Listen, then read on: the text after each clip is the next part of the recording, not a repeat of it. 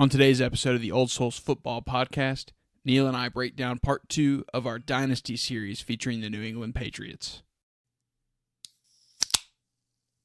So part 2 of our Dynasty series on the New England Patriots and the Dynasty, of course, of the 2010s and the 2000s. Stopping point, I guess the last episode was, 16-0, but they lose, or I guess really 18-0, but they lose in the Super Bowl to the Giants. So now, fast forward to the fall of 2008. The Patriots are probably primed and ready to become the best team in the NFL once again, but that all gets abruptly stopped, or so we think. Week 1, Bernard Pollard, who had a reputation to say the least, of season-ending injuries. And for one of the greatest scenes in Hard Knocks history when he was dancing in the locker room. That was freaking amazing. But he gets a low hit on Brady. Brady tears his ACL.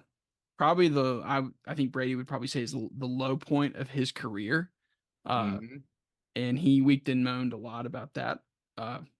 Outside of the 2000 draft, I guess. But the 2008 Patriots, and I think it's the forgotten argument. So we hear a lot of the times now, it's like, who's the most responsible for the dynasty? Is it Belichick? Is it Brady? Who is it? And recency bias, everybody will go with. Yeah. They would go Brady because that's the popular opinion now, right? And they think that Belichick, who was really bad with Mac Jones the last 2 years, and hasn't had the best drafts as a GM, they would say, yeah, look what he wasn't able to do without him. However, that's not really true because he went 10-5 in 2008 with Matt Castle at quarterback.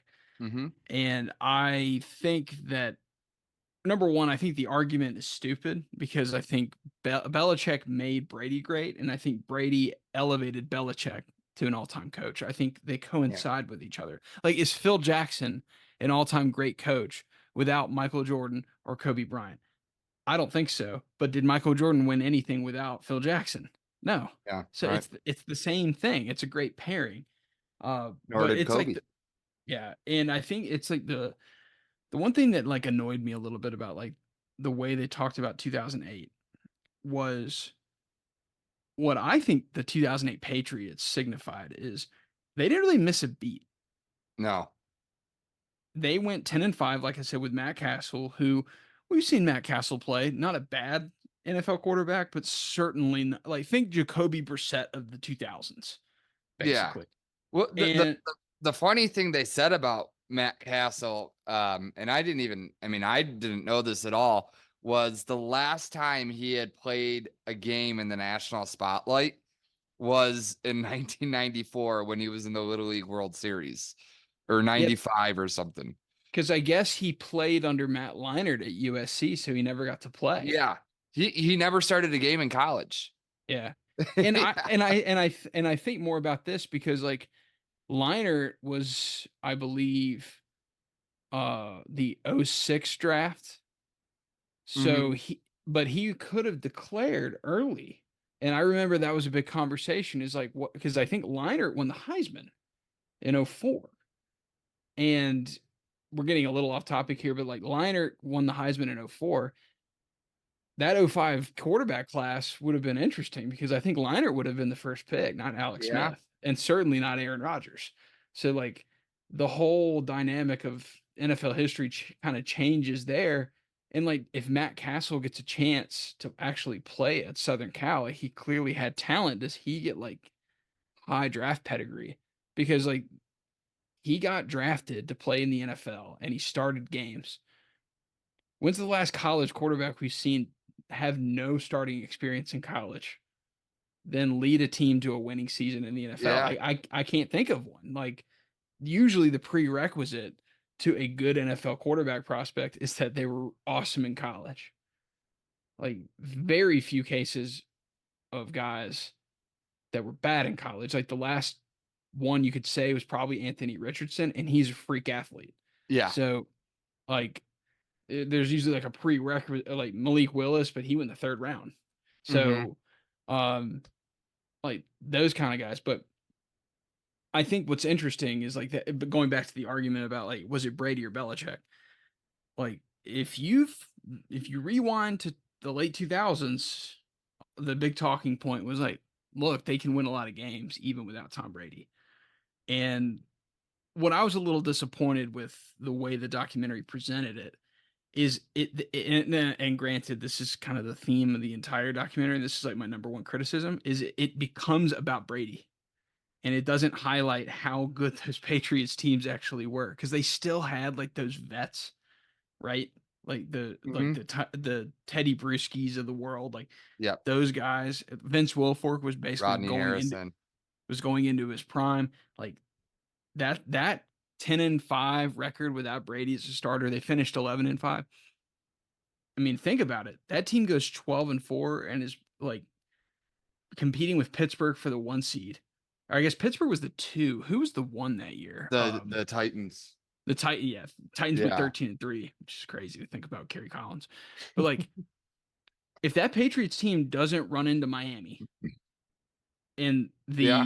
the what is it, the Wildcat offense, Yeah. and basically a gimmick that lasted maybe a season and a half, like Tony Sparano, offensive genius for coming up with it, but let's face it, like it's not the West Coast offense. Like they figured out how to expose the Patriots in Foxborough for one Sunday. If that doesn't happen and the Patriots beat the Dolphins like they normally should, how far does that Patriots team in '08 go? I think Y they y could compete with Pittsburgh. Like I think Absolutely. they could have played Tennessee, Baltimore, like some of the good teams in the AFC. Yeah, they certainly definitely would have. Them and Baltimore would have been great. Tennessee, I think they definitely would have beaten. Pittsburgh was on a different level, but you know what? I'm trying to wonder how the hell did they lose a tiebreaker with? Oh, they lost on conference record to the Dolphins. Yeah, So because the Dolphins won 8-4 in conference, and the Patriots went 7-5. and I think a Thursday night game against the Jets really screwed them up. Uh, Yes, I and that remember was that game. That and was that like was the first. Wasn't that like the first, like the earliest Thursday night game ever? Like, no, well, I like wouldn't no because they not had ever. I don't want to say it, like when they started doing the consistent um Thursday nights. Yeah, yes, the because consistent Thursday night. they used to do Thursday night football on NFL Network, like even going back to like '05, '06. Yeah, Because I but it might remember be like like the last 3 weeks of the season, right? yeah, because we no, it was like the I know because we played Dallas the week after Thanksgiving one year on Thursday night. Remember, Oh it shoot, was you're the right. That Cowboys. The The Rogers game. Yeah, the Rogers game was the Thursday night game with Bryant Gumbel calling it. Oh, Yeah, and everybody was outraged because the whole country, like so few people had an NFL Network, and it was like the biggest game of the year. It like basically yeah. decided home field advantage in the NFC, and like no one could watch it. And I remember. in the same season that the '07 Patriots were Yes, 16-0, I was just gonna bring that up. and they had a Saturday night game on NFL Yeah, Network, and the NFL said we're going to move these games to NBC yeah. so the whole country can see if the Patriots go 16-0. They did not want that moment to be Didn't like yeah. govern like a governor or a mayor get involved to say that like maybe like the governor of Massachusetts was like, I think like this needs to be shown or something like that, No, or no, well, because local TV. So like, thankfully, I work in television, so I can answer this question. So like, if a game like when it was on NFL Network, so like here where I work in the Carolinas, so like if a game is on, if a Panthers game was on. Now I don't know how it works now, honestly. I think even Amazon Prime games are on local TV. So like if the Panthers play a game or they played a game on NFL Network back then, mm-hmm. a local station would pick that game up. It would be the same feed. Like, so you would still get Bryant Gumbel or whoever the hell was calling those games back then. That still happens in Chicago. Yeah. Like in the local markets, they would like the home markets of the teams. So like the Carolinas, the Panthers. And then if they were playing Chicago, like Illinois, like Gary, Indiana, I think that's still Chicago's TV market, but Yes. you get what I'm saying. Like Mm-hmm. the local TV markets of your territory essentially, and it's the same markets that apply to blackouts. So like if I have NFL Sunday Ticket, I can't watch the Panthers on Sunday Ticket because they're always on a local station. So, but we're getting way off topic on that. We But are. That's but just what we anyway, do. yeah, we're just kind of we tend to just spew out random information on this podcast. But yeah, that Jets game on that Thursday night, like that also screwed up the Patriots. If they had just Mhm. performed a little bit better in their own division at home, because that was a home loss, and they would have, I think, probably competed for a bye in the Yeah, AFC. easily. And that team had the Steelers number. They always did. Like when I can't think of a big game that the Steelers beat the Patriots. And Besides that '08 team, I um did know the Patriots beat him in 2010. Yeah. yeah, N like Yeah, the I don't think one oh, the what 104 game, but obviously the Patriots that came was the back to regular beat them. season. Yeah, Yeah. in the AFC Championship. Yeah. So my big what if is like what if the Patriots like what if the wild card or the Wildcat offense doesn't get indented by Tony Sperano and the Dolphins, and the Patriots beat Miami in Foxborough, and then instead of Joe Flacco as a rookie going into Pittsburgh for the AFC title, instead it's the Patriots. I don't Yeah. know, man. That would be like that. That's kind of a game like the Ravens were really good back then, but like I would have loved that because it's like Mhm. the Patriots team, like they just they won those games all the time, and like Yeah. and but anyway, that '08 team, like for a long time you would argue like is Brady a system guy, and the argument for that is like well they went 11-5, or really 10-5 with Matt Castle at quarterback. Mhm. And the only reason they missed the playoffs is because the AFC was stacked that season. They went 11-5 and Yeah. missed the playoffs, which is just crazy to think about. Um, but yeah, I that would be like the biggest what if. What was your big takeaway from the '08 season? Um, Similar to you, I was a little bit disappointed that there um wasn't more praise for Matt Castle. I felt like um obviously what Tom Brady, like, you would never wish injury on anybody, and obviously No. rehashing those memories I'm sure are difficult, but Brady made what he went through, and Robert Kraft made it similar to what Brady went through to like what Bledsoe did in 2001. Bledsoe nearly died on the field, Yeah. or he nearly died in the ambulance on the way to the hospital, Mass General. Yeah. Brady, yeah, sucked, tore his knee. But Brady, um, in that episode, I can't remember, unless I'm mistaken. I can't remember a part where he was like, you know what? It was difficult, having to go through that, but you know what? Matt really took the reins of the team and he really got us in the straight and narrow. He performed excellent. The team rallied around Matt. I was super excited for him. Yeah. I never heard that once. Yeah, and I got that sense too. And like the more I watched like documentaries and of course I'm speculating this, but like Julian Edelman has a podcast called Games with Names, and they Hmm. obviously talk about a ton of Patriots games. Makes sense. You have a Patriots guy that played in so many big games. Yeah. The more I like and I'm digging, of course. I don't know the ins and outs of that building or anything. This is just my impression. I don't think players loved Brady. I think he was great, and I think he was a great leader. I don't think he was, how do I say it? Like, I think early on he was beloved, but, like, as he got older, he became kinda more distant, which I think is a normal thing. Yeah. Uh, but I don't know, I agree with you. I think I was a little disappointed in And then that guy Alex Guerrero showed up in that yeah, episode, and I was like, yeah, "Oh, here we go. yeah, Here's this guy." yeah. Not shady at all, like No. yeah. because like some of the things they like, I won't get too much into it, but it's Yeah, like, because I don't know enough about Alex Guerrero, but I do know that there's well, I um mean, Belichick banned him from the building. That's the yes, shady the part. whole It's like, TB12 thing, that yeah, one article that came out. I hope that's in one of the later episodes. That it's, remember that I haven't ESP seen it. what that ESPN article like in 2017, the end of Yeah, the 2017 season. That about when they were was feuding. Yeah, yes, that was incredible. That was like wonderful theater. I hope that's a part of one of like maybe episode 8 or 9.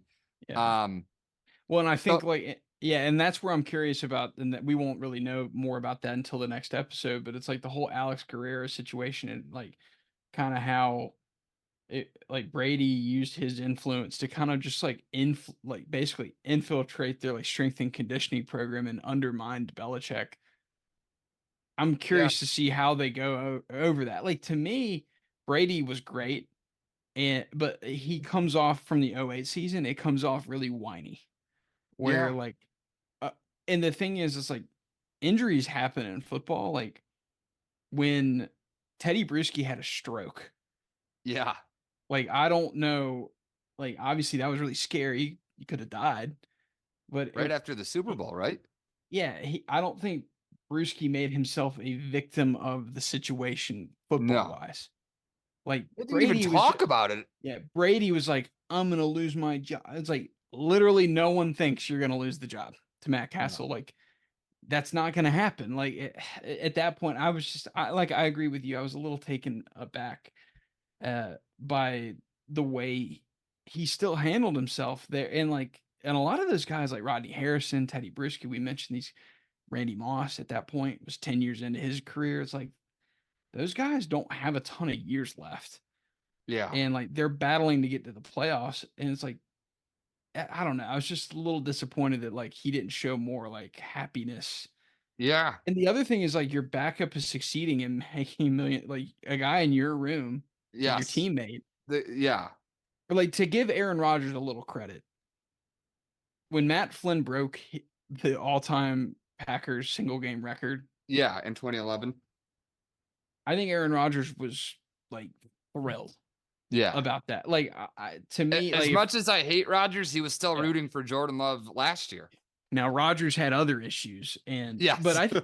yeah, and I'll get more into especially the Belichick Brady dynamic towards the, I guess it's more the episode. Like we'll talk about Alex Guerrero and how that was, if they bring it up in the dynasty, but like how that kind of got intertwined in there. So it's like, but the '08 season, that was my bigger takeaway, is just how Brady kind of came off as whiny and a little bit entitled, Hmm. which he has.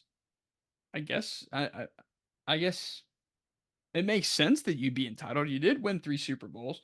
Yeah. But, like, as much as he gets painted as, like, a team guy, I don't really think he is a team guy. I think he's just really freaking good at what he does. You're right. And so I'll say the, and this is, like, the theme so far of the dynasty of, like, the way I consume this is 2 things can be true. Number 1, I think Tom Brady had the greatest career in the NFL, like, Hmm. ever. Like, in NFL history, he's had the greatest career. You could argue he's the greatest player of all time. Number 2, I don't think Tom Brady is that good of a teammate, Yeah. and at least that's the way it came off to me. That's my impression. Of course, other Patriots may disagree. I think some do, or some would agree. But the way he came off was just kind of, it was all about him, and that, I don't know, like that was a little disappointing to me. And his dad was the whiniest of all. Like Oh, that was really yeah. The annoying. dad is. Like I'm sorry, but like y'all hit the lottery here. Yeah. He Like has tears in his eyes half the time they yeah. interview him. Like, you would think that they, like, lost they just had nothing go right for them. It's like, they've Yeah. had a lot, like, yes, has Tom had adversity? Absolutely. Hmm. But come on, like, I'm tired of hearing about this. It's like a sob story, and it's like, you won 3 Super Bowls, and you got He, millions of dollars, you married Giselle, he like probably cried more when he found out Giselle cheated on Tom than Tom did. yeah, did that happen really? Yeah, with her Uh, jujitsu guy. Is that really like I didn't see? I don't follow that stuff, so it's like, especially because I think that all happened like after he retired. So Yeah, it was like a big theme of the roast a couple weeks yeah. ago, was Oh, was that, it? yeah. Yeah. But they go to 2009, and what's hilarious about the documentary is like it's like it didn't Fast happen. forward. Yeah. Yeah. 2009, they covered the first game, how they were out of sync, and like I'll say this. Well, no shit, you're out of Hadn't sync. played in 2 years. You hadn't, yeah. You the last game you played in was Super Bowl 42, and it's 2 years later. So yeah, Yeah. you're gonna be a little rusty. So like I remember, and they made it seem like they won that Bills game so easily. Oh, I know. They they That they did they no left that out the fact that they were down like 30-19 with who 5 fumbled minutes the left. who fumbled that game? It Wasn't it was the Marshawn punt. Lynch? No, there was a punt returner. I can't remember his name, but like I kept wanting to say Dexter McCluster, but he played for the Chiefs. Yeah. But like they had a muffed punt that the Patriots recovered, and then Brady, like obviously being as good as he is, took advantage of it. And I think they scored a touchdown to win the game. But like the Bills controlled 90% of that game. Like, but the way the documentary is like, oh yeah, but they're the Patriots. They just ran over everybody. I'm like, that's not how it actually went down. The Leotis 2009, McKelvin yeah, that's it. And like on I the remember kickoff. it was a kickoff, and the Bills fans did not like Leotis McKelvin. I always remember that because like I was on YouTube. Like this was like when YouTube first started, and like just reading the comments about Leotis McKelvin, it was like the first like people are really disgusting about football. Like this guy's a human being, and like the things they were saying were just awful. Like as much as I think Tom Brady whined too much, like I don't wish any ill will on him at all. Like Yeah. I don't really care. This I'm just giving my opinion on this, but like uh but 2009 Patriots, the rest of the season they kind of just, I think the way they recapped it is like this team got old, and it showed in Yes. that playoff Couldn't game win against on the the Bills. road. Yeah. And I love the clip of Bill just like standing next to Brady going, I just can't get this team to play. And what's awesome about that clip is they still won the AFC East. Like Yeah. God, they yeah, God help them, the poor yeah. things. Yeah, Like a they still yeah. Think about it this way. It's like if the Jets had the 2009 Patriots outcome, their fans would be like in the streets celebrating. Yeah, It remember '09? like Robert Saleh. Well, technically the Jets, that's the funny part, is the '09 Jets. That's one of their best seasons of the last 20 That's years. true, And they yeah. didn't even win the division over the Patriots. Mark Sanchez had 12 Yeah. touchdowns and 20 interceptions. Yeah. They went to the AFC. They went to the AFC title, so they made it farther than the Patriots, but they weren't Yeah. better than. But like like imagine the 2024 Jets. Let's say they go 10-6 and they win the AFC East. Robert Saleh is going to be Coach of the like, year. no, but think about the mannerisms on the sideline though. Ah, He is going to be fist bumping, and like Joe Douglas going to be on the field, and they're going to do like the biggest bro hug. Like they yeah, might they're tackle bald each other. heads. They might tackle each other, and then you're going to see like them like drunk at 3 a.m. hanging out at like a Wendy's, like getting something to eat, Yeah. like bonding, and like I can't believe we did it. What is the meme of it's the who's the player? Patrick Beverly for the Timberwolves. Like that's what I keep thinking. That's the Jets. I'm the man. Yeah, like he keeps playing I'm the man, and it's like you won the playing game, dude. But like Yeah.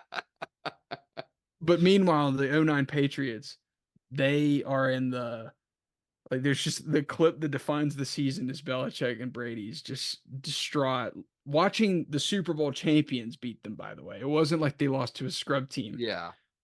I can't get this team to play the way we need to play. And they still had like a 75th percentile outcome season. And that was like the worst Patriots team of the last outside of the Outside of '02 season. '02. Yeah. Outside of the '02 season, the '09 Patriots were the worst team, and they still made the playoffs with relative ease. Yeah. So I think, but that gives the transition to 2010. The team got old. They all knew it, and they had to make some changes. So this is now episode 5 or episode 6 now. Yeah, and I was disappointed. We'll start with the draft. You Yes. That's where there's you have to start. yeah, and I thought it was weird. 90% of the focus was on Aaron Hernandez. Yes, yeah. I get it. Hernandez is a big talking point. He Mhm. he he murdered somebody. W Obviously, that's and interesting we'll to, talk about that a little bit later on. but even then, like, that could be like its own episode series if we really Yeah. wanted to. If we wanted to become a true crime, we're not going to get into the murder of Odin Lloyd on this podcast. Like, like Bill said, next question. But it what I want to say about that though is like you only just drafted the greatest tight end of all time in the Yeah. second round, and they spent 20 seconds talking about it. That was hilarious, actually. I was The clip laughing. that they used, yeah. Yeah. What was he But saying? I was just watching it the other so him and his brothers, I everybody I think knows a family like that, where there's like 4 or 5 boys and they're all just nuts. Um, I can think of a family right now that just rings a bell. And they were all jumping on the stage going, "Oh, oh, oh." And the Patriots called Gronkowski. They were like, "Rob, get off the stage. It's been 5 minutes." And he's like, "I just got drafted by the Patriots and I'm already in trouble." And and they showed Belichick like watching him, and he goes, "Look at this guy. Lord have mercy on us." I will say, like, it felt like it felt like Rob Gronkowski. It's like in his own world, he's like the character of a sitcom, like where he's thinking like, He's like Family Guy. He's like Peter Griffin, basically. "Hey Peter, do you remember that time that you got in trouble with the Patriots when you just got drafted? Oh yeah." There's actually an episode of Family Guy where Rob Gronkowski moves on their block and they love it at first, but he becomes such a big partier that they can't like go on with their lives because Uh, but and speaking of uh, funny episodes of TV series, so have you seen the South Park episode of where they talk about Spygate? I don't know if I have. I don't think I have. So, and this is going back to our first episode because that was when we covered Spygate. But they said, like Cartman, they're like, what do you do? What do you do? Like, so the like Cartman does really well, like on a standardized test. They're like, how do you do it? And he's like, you need to show the inner city schools how you do so well. And he gets them to, he's like, do what Bill Belichick does. You have to cheat. They're making fun of that book with who who's I'm trying to remember who the actress was. Hilary Swank, I think, plays like a teacher. And Okay. and he keeps saying, "How do I reach these Oh, how do kids?" we reach these kids? Yeah, I didn't realize it was that yeah, episode. I know that clip yeah, very well. yeah. And then he's like, "You have to be like the Patriots. You have to cheat." And it's like that's the way to success. And I thought that was really funny. But going to the 2010 draft, I mean, they what's annoying is they spent like we said, they basically did the clip of Gronk doing the "I'm getting in trouble when I'm first drafted." Duh. And they don't talk about basically like how he was an instant impact player, like the greatest tight end ever, outside of like maybe Tony Gonzalez, arguably. Yeah. They talk about Devin McCourty, who was a bigger contributor to the dynasty, and then they spend like an entire episode talking about Aaron Hernandez. And Aaron Hernandez was a great player. Um, he had character issues. So the angle that I didn't understand the point of why they spent so much time talking about it because it's like to me they took a chance on a troubled guy and the whole Yes. situation went crazy. But like to me, it was almost like they were trying to like blame somebody for it, and they tried to me, they tried to blame Belichick They did try to for blame drafting him. but it was I do think it was a little weird how they were like, Bill is just letting him get away with stuff. Like things that like other guys he would like come down hard on. Like not like I remember I think it was Brandon Lloyd said something like that, or Yeah. forget oh I Dion wonder Branch if maybe. I wonder if Aaron Hernandez scared Belichick. He might have. I think somebody like that, like the way he comes off in some of those videos, and like what was it like Brandon Lloyd was telling the story of Wes Welker coming up to him, and like Yeah. what was he saying, like how he would bathe with his mom or something like that, like Yeah, and he would like just fondle his freaky, genitals like yeah, in the freaky locker. stuff. Yeah. And like they would say that he like Brandon Lloyd was like it looked like Wes Welker had seen a ghost. I'm like, I would have said it, I would have looked like that too if I had Yeah, experienced that. right. And I wonder if like Belichick had a moment with Aaron like one on one. It's like, have you ever met like certain people? Like a lot of people used to say this about Jared from Subway, where they're like they met him in real life, and Yeah. everybody has said the same thing, like that is the creepiest person I've ever met in my life. Mhm. And then turns out like he's a child molester. With the Hernandez situation, I agree with you. That was like that was the biggest standing. That was I think the thing that stood out the most to me. But I think they spent so much time on it. It's like, if I Yeah. wanted an Aaron Hernandez documentary, I've seen it already. Netflix Yeah. did one like 2 years ago. Because that Uh, 2010 Patriots team should have won the Super Bowl. yeah. The And to me, 2011 team should have yeah. won the Super Bowl. And it to me, in this, and I'm gonna defend Tom Brady here.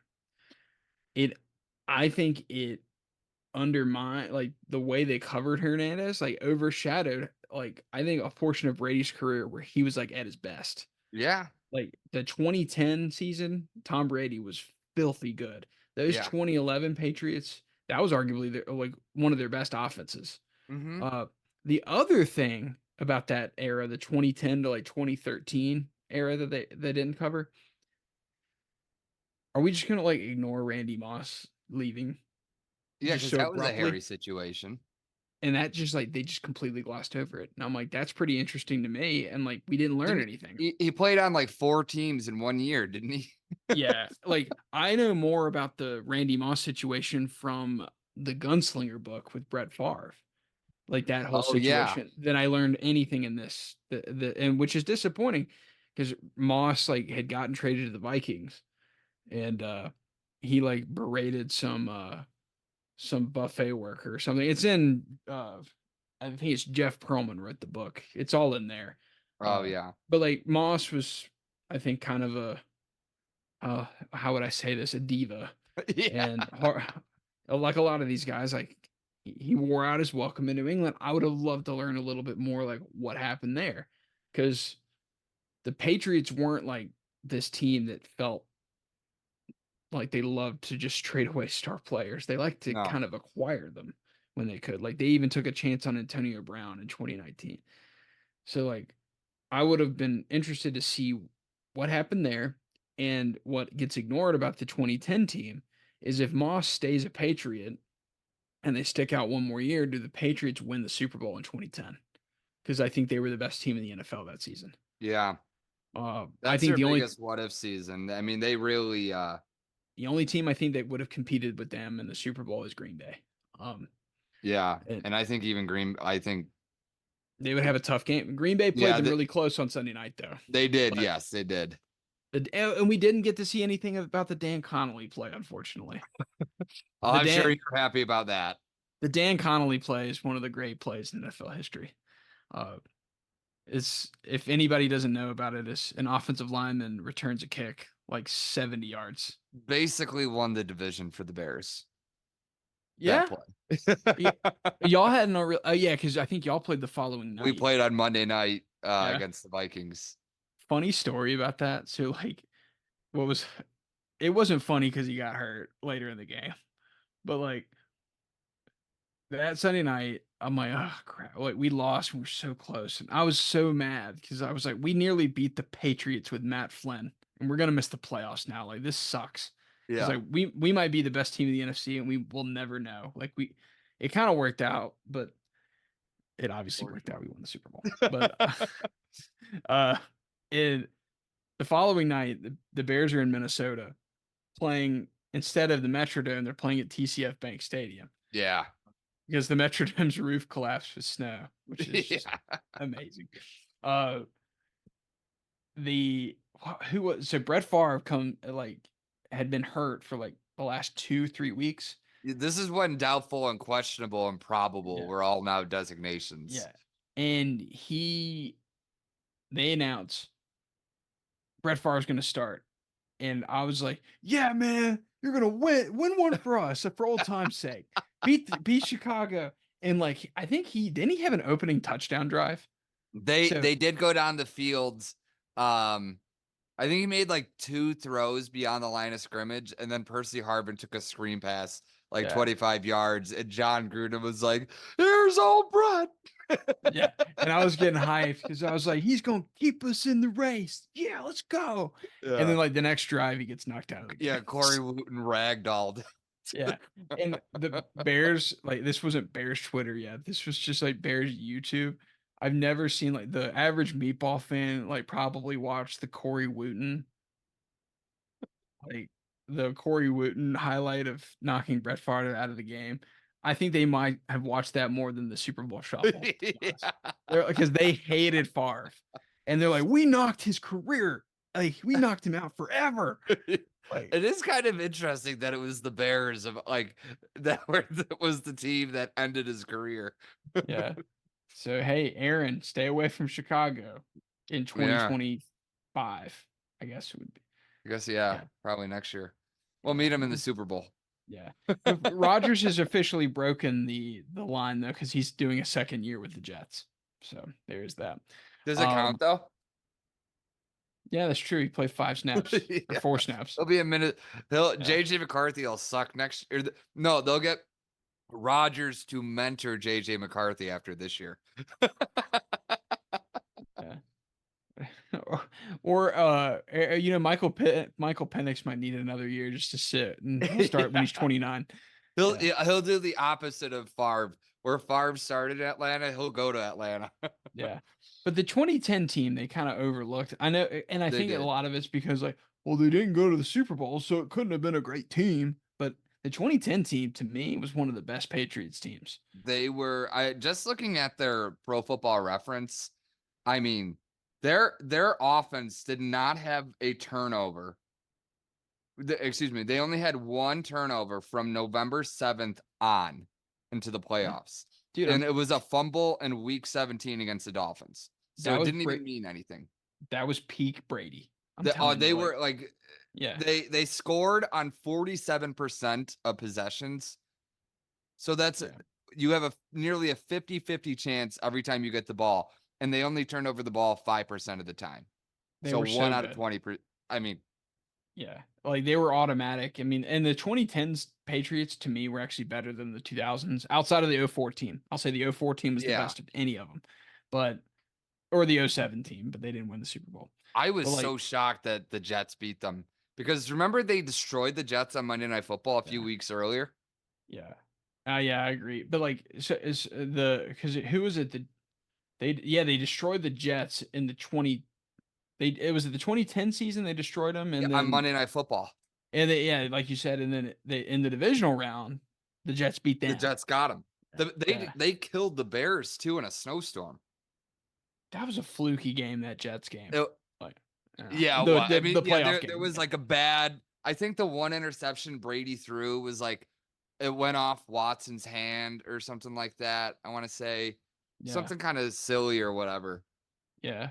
And then you had the Bart Scott can't wait like line, Can't which was wait. and And that basically made him a career in sports media to this yeah, day because he's now Rex like a Ryan got a taunting flag because he ran into the end zone. I do I will say like I do like a lot of people I find like liked Rex Ryan, man. I thought he was fun. Like I thought he was hilarious. we had like he to me I loved like that era of football because like Spurrier was coaching South Carolina Yeah. and like he was such a So just he was on your local news all the time. yeah, well, and he was unfiltered. Like Yeah. Spurrier would just say like he would go, "Oh, we're playing Georgia in September. That's good because he'll have half the team suspended." Like, he would just say stuff like that, and like now coaches don't do that. Like and Yeah. Rex Ryan would say the same thing. He's like, "Oh, we're gonna beat their ass on Sunday." You like You remember before the playoff game, Wes Welker made something like a 9 foot joke, different yeah. foot jokes because Uh, That was Rex kind of Ryan the had a foot fetish. Yeah, that was like the peak Wes Welker season was like 2010. Wasn't that the season he caught like 140 something balls or Let's 100? It might have been like 160. It was like a stupid amount of receptions. he only caught 86 that year, but I do remember he caught 141 year. Like Um oh, he had he was like 123 in 09, 123 in 09 and 122 in 2011. So smack yeah. dab in between his 2 best years. There was a season where he had in 2012 he had 174 targets. God. PPR monster. But Yeah. but it's like 5 touchdowns and like only 1,200 yards on 140 receptions. So it's like the ultimate slot receiver. Uh, Maybe Wandale Robinson will do that for me. One year. Maybe. Yeah. No, probably not.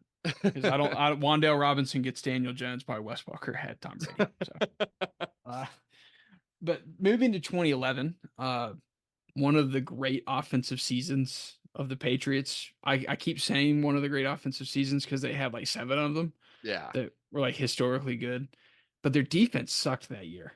Defense was Um, terrible. they And they didn't were spend lucky. it. They were actually lucky to get to the Super Bowl that year. They didn't bring that up. Billy Yeah. Cundiff missing a chip shot by about 60 yards. The one seed in that was like an all-time offensive season because like Rodgers was one of the most efficient passers in history. Breeze, El- Stafford. Breeze was putting up volume stats like crazy. Like he broke the NFL single season passing record that season. Mm-hmm. Uh Stafford was in the same division, but like he was I think he had a 5,000-yard season that year. So Mm-hmm. you had all of this prolific passing. But the top 2 teams in the regular season, the Patriots and Green Bay, their defenses were awful. Like they, as I think the final day of the season, the Patriots went from 32nd to 31st in defense. And it Yeah. was only because Green Bay gave up like 600 yards of passing against Detroit, and Green Bay won the game against Stafford. Like they gave up like 600 yards passing and 4 touchdowns and won. So with Matt Flynn. Doesn't Uh, happen often. Yeah, that was a most memorable game that meant nothing ever. Uh, but in 2011, like I'll talk about the Super Bowl real quick with you. It's like a close Super Bowl, but I still remember that game. Like, That was the oh, first year me and you were friends. And yeah, I remember us talking maybe about this time of year. You know, we the were game like, yeah, sucked. yeah, we were like, yeah, the game kind of sucked actually for how The close it was. the Remember Ahmad Manningham catch was Bradshaw great. Yeah, he fell holding in the it. ball like and falling backwards into the end zone because he didn't want to score? Yeah, he like every Patriots Super Bowl was memorable except really 2 games. That one, even though it was close, and then the Rams one where they won Yeah. an Oh, ugly game. that was a terrible game. But like those 2 were the main like the boring Super Bowls. Um but like I said, they didn't really talk about those games that much. It was just like, oh, Eli made a play and that was it. And the Giants won. Yeah. And then they're like, let's talk some more about Aaron Hernandez and how crazy he was. And that was a little annoying to me because there's the early 2010s Patriots, I think, were a little bit more noteworthy than the documentary made them out to be. Yeah. 2013, kind of the same thing. Like they didn't. I don't even think they covered They losing to didn't even Peyton Manning. cover the 2013 Patriots because of Aaron Hernandez getting arrested. Yeah, and Oh, like and the last thing I want to say about Aaron Hernandez, do you know what was one of the greatest? Like, I could not believe that Robert Kraft walked down to the Patriots Fitness Center and was like, "Aaron, did you do this? I'll get you a good lawyer if you know." I was like, I understand he's your employee, but hell, I wouldn't be. I Not wouldn't that I say would be that. afraid of him. I would be afraid of him. I wouldn't have Not a said that. chance I would talk to him. Well, and the thing is like, I wouldn't tell anybody on a documentary that I said that, Yes. like, after the fact, especially, like, when all the evidence of him, like, coming out, like, destroying his home video system and all of that, like, Yeah. I and that's an and, like, it's because I mean, we've had situations of, like, players, you know, like, we had the Ray Caruth situation, but, like, that didn't like, that was not as in the public eye. Yeah. Um, and Ray Caruth, I don't think was like I don't think he was the one that actually pulled the trigger. I think he hired somebody. Yes. Uh, OJ Simpson, but that was way after Mhm. he was done playing, 20 years after he Ray was done. Lewis, but we Ray don't know for Lewis, sure. yeah. Wink, wink. And again, like and I'm gonna give the Patriots a little bit of a break here because around the league, I think there are questionable characters that get drafted Yes. every year. And you see now, obviously, the degrees of character concerns vary, but I don't like, I like to think that I don't think Kraft or Belichick or anyone at Florida that thought Aaron Hernandez was capable of killing somebody. Yeah. And I think to criticize them for that, I think that's unfair. I don't blame Kraft for that. I don't like the only thing I would say, like you said, is like just don't talk about it. Like Kraft, just no, just let it go. Like Aaron Hernandez was a liar. He was a murderer, and it's a tragic. And he handled the second half of the statement well. He's like, somebody lost their life and somebody lost a family member. I thought that was a very well said Yes. thing at the second half of it. But Yeah, like and the he said first I half, was wrong. Like yeah, I'll never let that happen again. But still yeah, it was a little jarring. yeah. And I think to me, I think Kraft comes across as like he tries to be the father figure to them. Yeah. I'm like, you're not, you're Yeah, not. and You're their yeah. employer. Like these guys are paid to help you win football games. Yeah. They're grown men. And and if they commit crimes, you fire them, like, Yeah. or you fire them if they don't perform, like, that happens, like, which is a normal, healthy thing in Yeah. the NFL, like, It's and it understood. is It's in the yeah, contract. and, you know, Aaron Hernandez later, he goes to jail and eventually commits suicide while he's in jail, but, like, we don't wanna spend the whole episode because we could Yeah. do a series on the Aaron Hernandez stuff if we And I don't actually really next week we're going no, yeah, I'm not a true crime guy, but that was kind of crazy, and then what I would love to learn more is like the Netflix Untold series that talks about the Florida programs. Like I didn't Mhm. think it was very good, but No, it wasn't. It was a letdown. yeah, I think somebody could dig more into the Urban Meyer years of Florida because like that was my big takeaway. Is like what did this dude do in Gainesville? Like jeez, because Yes. like Something went terribly apparently wrong. he was like shooting people up in Florida, and it's like then he was playing.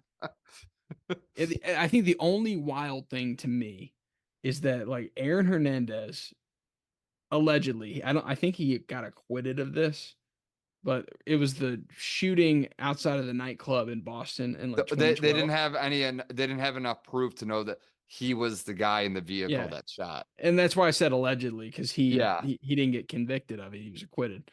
But what was wild to me is like the possibility of him doing that and then like going to mini camp like the next day. And I'm just like, Hey, "Oh what'd you my." guys do last night?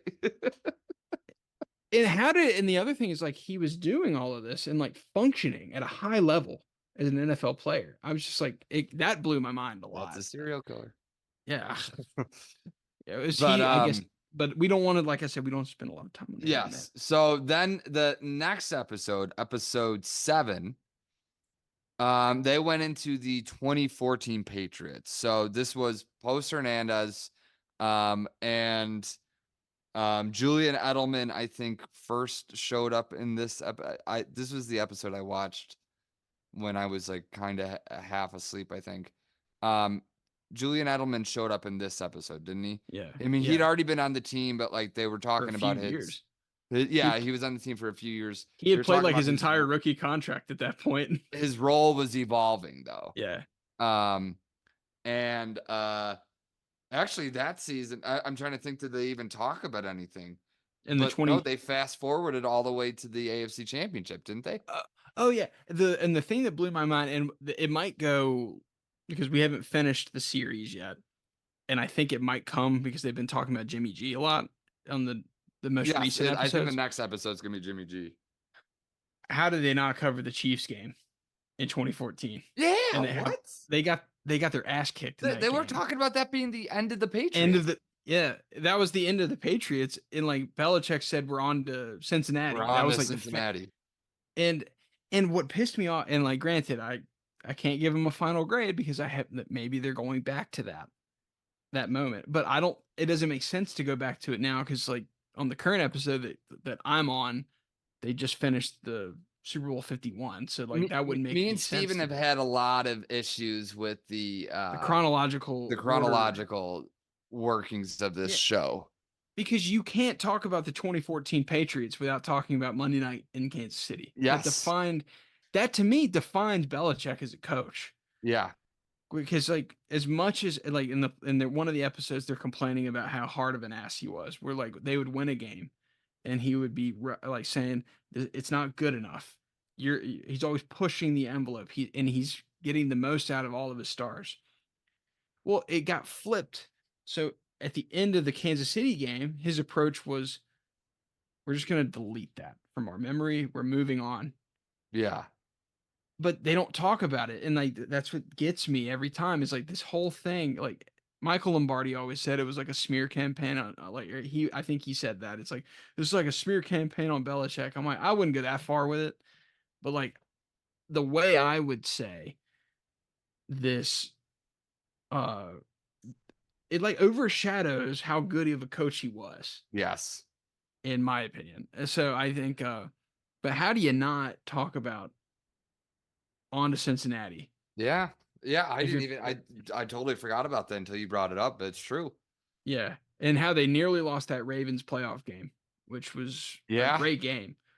That was a Uh, fantastic game. yeah, but then Um, they go into Deflategate, yeah, and they go that's straight just into yeah, Deflategate, which was always something that I just didn't care enough about at all. I remember being Spygate happened. I was only like in 6th grade, so I didn't really understand like and then it happened to my favorite college football team this year. how do we teach these kids? Yeah. Eh, How do we reach these kids? Yeah, And then, but even Deflategate, like I understood, like it wasn't like that. I didn't understand like the physics behind what they were trying to do. yeah. Damn it.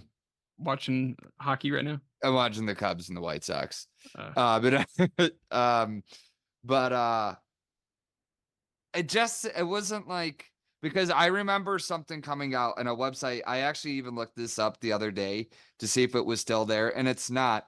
But it's called Your Team. What it was called. It's not called that anymore. But it was called Your Team Cheats Too. yeah. Did you remember that website? Oh yeah, because and the funny thing about You might have Deflategate, actually even been the one to hook me on I'm that. well yeah, because like the when Deflategate came out, like I'll give my take on Deflategate real quick because I think it's almost a nothing burger. Yeah. Did Tom Brady break the rules? Yes. Yes, he technically did. And I think to me, like basically destroying your cell phone, like was an admission of guilt Yes. in the eyes Where of there's the smoke, NF, there's fire.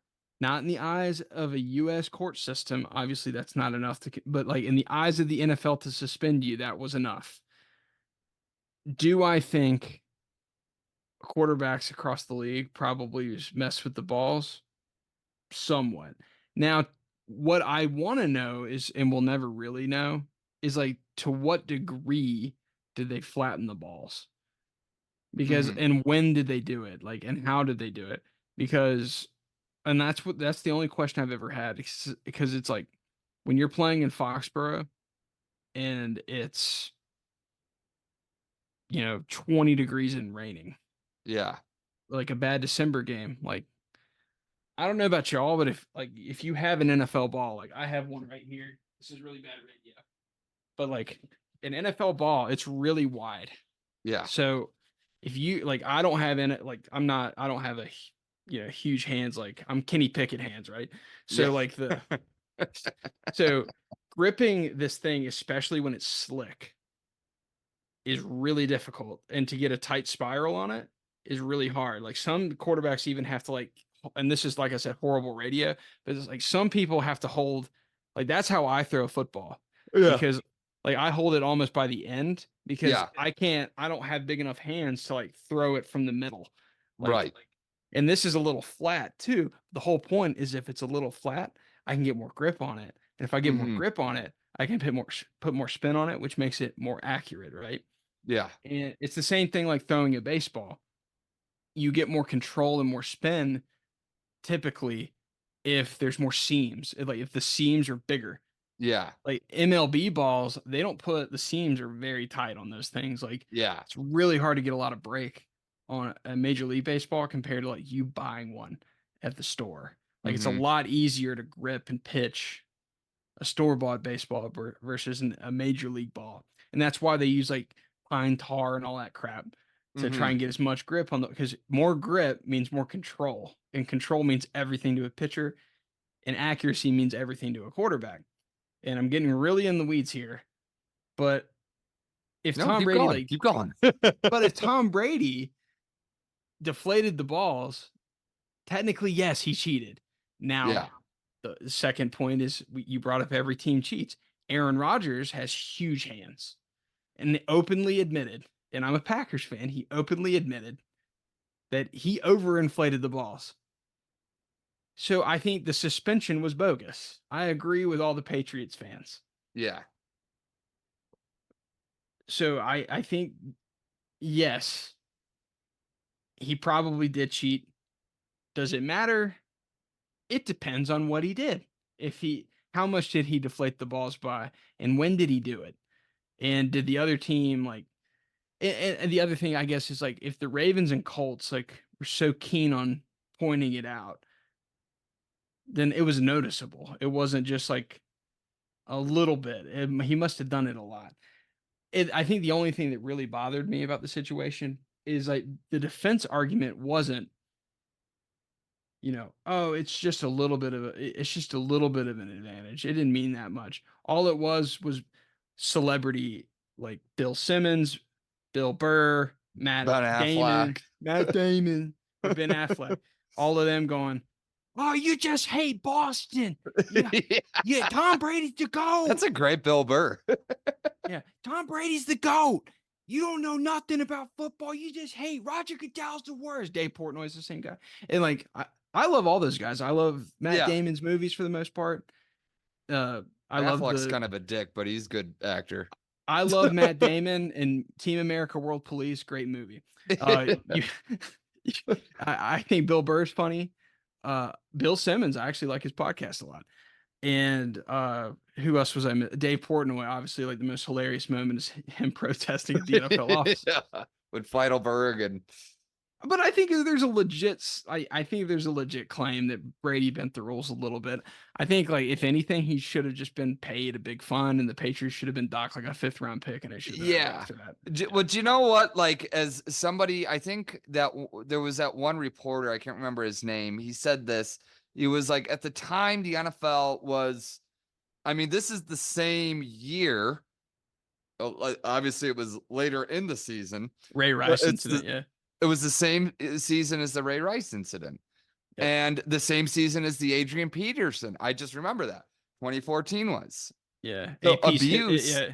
was a huge. So, but this was now Peterson was suspended the whole season, wasn't he? Yeah, he got put on the exempt list after like week 1, so he played like one game the entire season. Yes. Yeah, So, Harrison, my friend Harrison drafted him number 2 in the fantasy draft, and we all laughed at him because it's like, well, he's gone.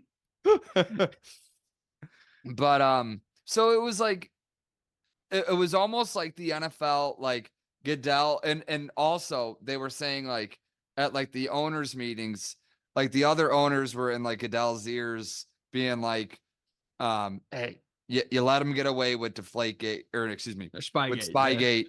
Spygate. You gotta come down hard now. You gotta come down hard now. And I think it was almost their also way of saying like, hey, this might kind of deflect from the other massive issues that we're dealing with right now as a league.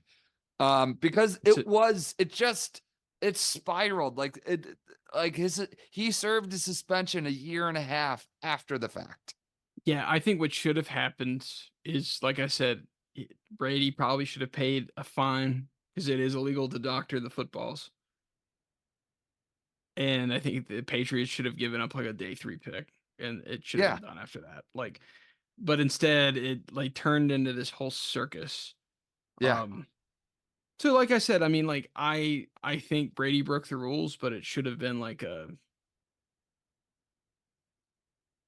it should have been a on the 1 to 10 of me caring meter. This is like a 2. Like yes, and like the other thing is like teams have had bounty systems. You could talk about the Saints like took the yeah. fall for bounty gate, but like they weren't the only team doing that either. So like Hmm.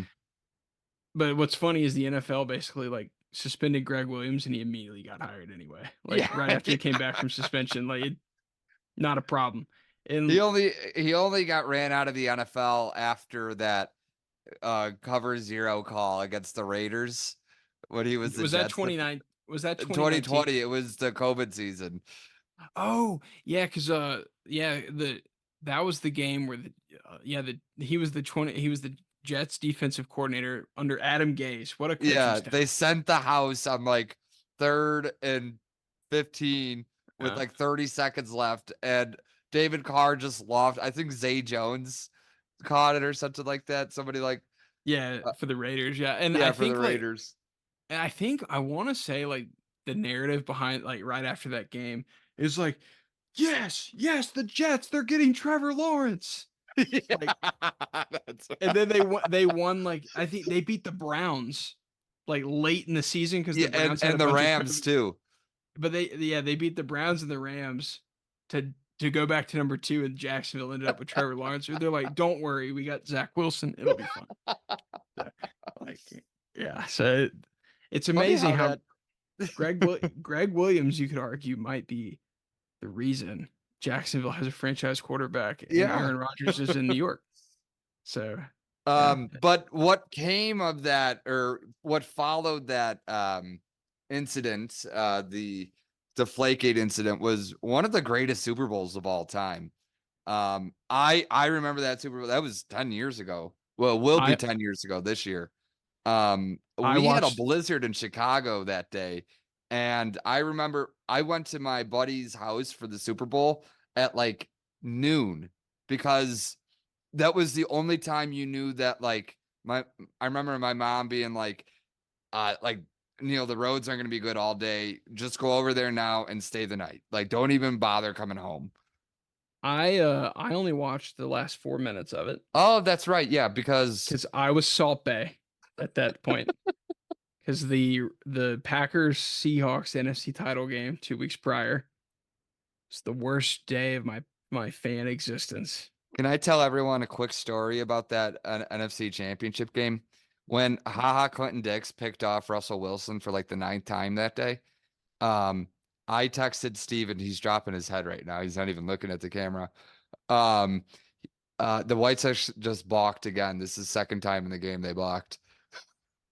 But I texted Steven, well, congratulations. And Steven's like, game's not over yet. And I was like, it's over. It's 19-7. There's 4 minutes left.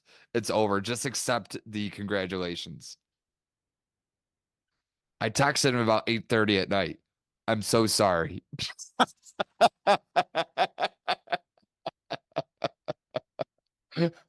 I think I I actually like felt really bad as a Bears fan. I was like, oh man, like that's uh, that's terrible.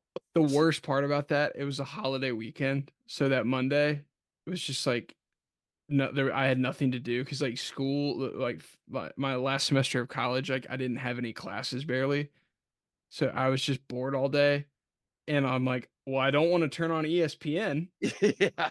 because I don't want to Can't go on relive the that. internet. Can't call my phone. And I was like, when will I be ready to consume any information on the NFL. Never. I'm still And trying to get over it. yeah, so yeah, I'll never get over that.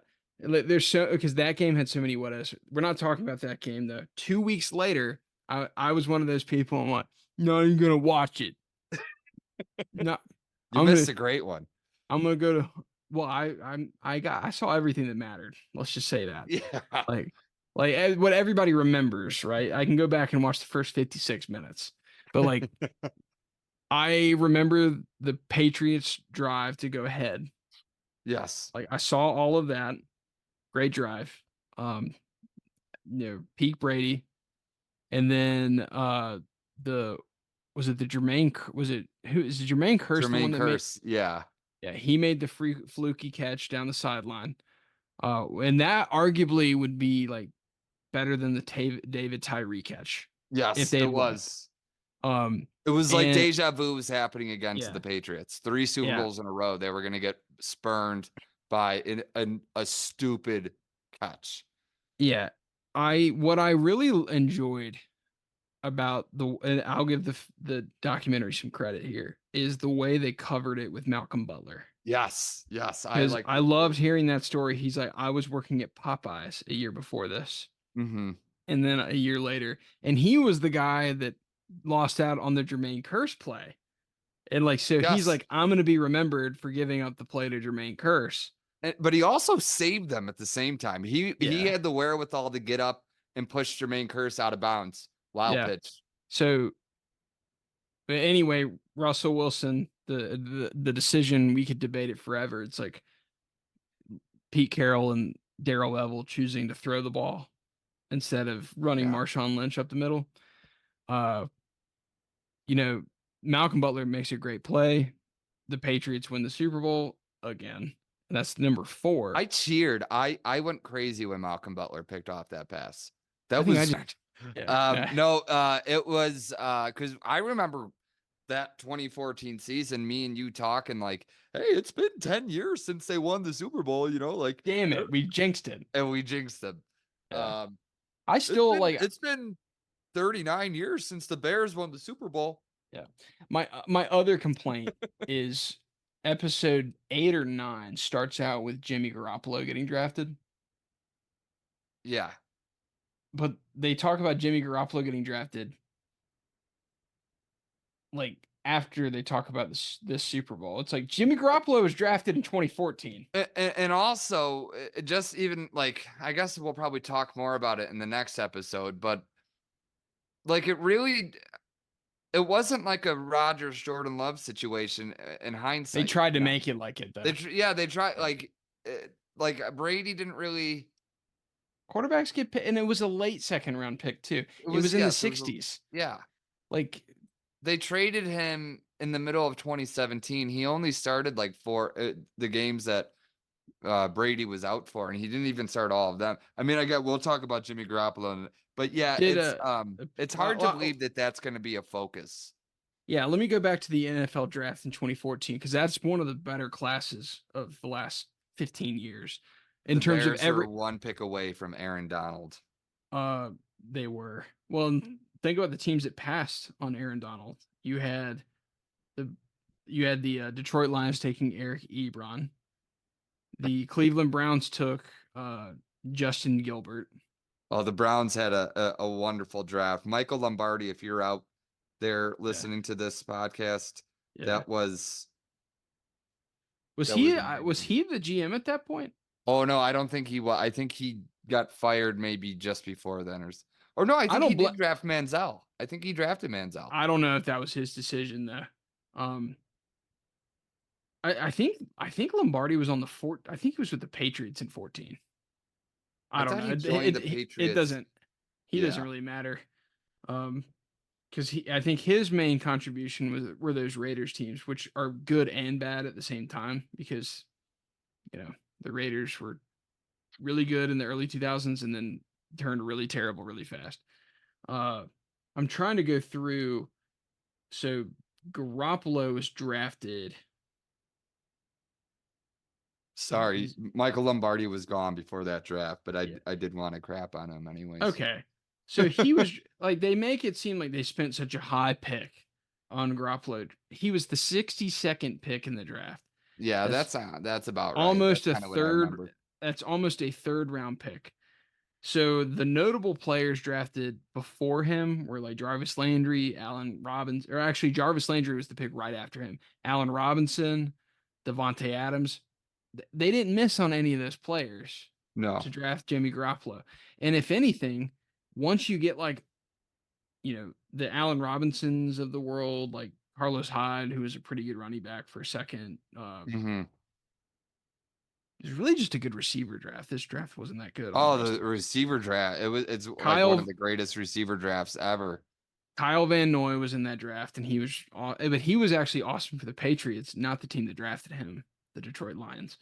Uh, but yeah, I always forget that. I was a big Kyle Van Noy guy coming out of BYU.